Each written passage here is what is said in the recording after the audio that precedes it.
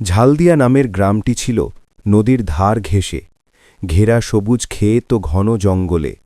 এখানকার মানুষজন একে অপরকে ভালোভাবে চেনে। কিন্তু একদিন গ্রামে এমন একটি ঘটনা ঘটতে চলেছিল যা সবার ধ্যান ভেঙে দিত। মেয়েটির নাম মিনা, মাত্র ১৭ বছর বয়স, সুন্দর চুল আর চোখে রহস্যময় উজ্জ্বলতা, সবসময় অন্যদের সাহায্য করতে প্রস্তুত। কিন্তু হঠাৎ করেই তার শরীরে অদ্ভুত অসুখ দেখা দেয়। পেটে প্রচণ্ড ব্যথা, অচেনা জ্বর, মাঝে মাঝে হঠাৎ অজ্ঞান হয়ে পড়া। মিনার মা সাবিতা খুব চিন্তিত। গ্রামের ডাক্তার বললেন, এটা কোনো সাধারণ অসুখ নয়, বেশি চিন্তা না করলে সমস্যার বড় রূপ নেবে। মিনার খবর ছড়িয়ে পড়ল গ্রামের সব পুরুষের কাছে। প্রথমে মনে হল তারা সহানুভূতিশীল, কিন্তু ধীরে ধীরে দেখা গেল তাদের উদ্দেশ্য ভিন্ন। গ্রামের পুরুষদের স্বার্থ। রবিন, গ্রামের ধনাঢ্য চাষি, মিনার খোঁজ নিতে শুরু করল। সে ভাবছিল এই অসুস্থতা কাজে লাগিয়ে গ্রামের মানুষদের প্রভাবিত করবে। তার সঙ্গে যোগ দিল জয়ন্ত, গ্রামের হকার ও দুর্বৃত্ত স্বভাবের লোক। গ্রামের সব পুরুষ একে একে পরিকল্পনা করতে শুরু করল মিনাকে এবং তার পরিবারকে প্রভাবিত করার জন্য। একদিন সাবিতা বললেন, এই গ্রামে সবাই আমাদের পাশে আছে বলে আমি ভেবেছিলাম, কিন্তু এখন মনে হচ্ছে কেউ সত্যিই চিন্তা করছে না। কেউ কি আসলেই মিনার ভালো চাইছে? কিন্তু মিনা হাল ছাড়েনি। সে বুঝল শুধু অসুস্থ হওয়া মানে তাদের হাতে খেলা হবে না। তাই সে নিজের পরিকল্পনা শুরু করল। ছোট ছোট কৌশল, কার সঙ্গে আলাপ করতে হবে, কার চোখে চোখ রাখতে হবে, আর কার কথাকে গুরুত্ব দিতে হবে। ধীরে ধীরে সে গ্রামের পুরুষদের মনোভাব বোঝার চেষ্টা করল।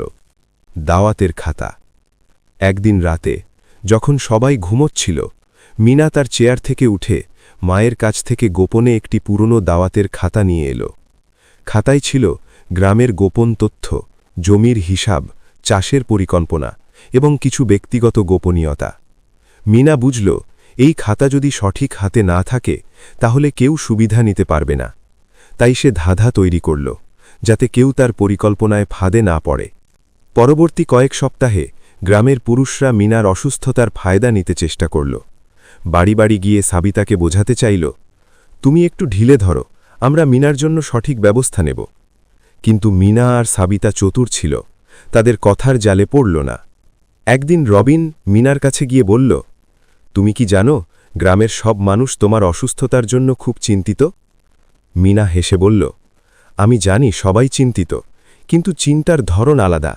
কেউ সত্যিই সাহায্য করতে চায়, কেউ সুবিধা নিতে চায়। রবিন থমকে গেল।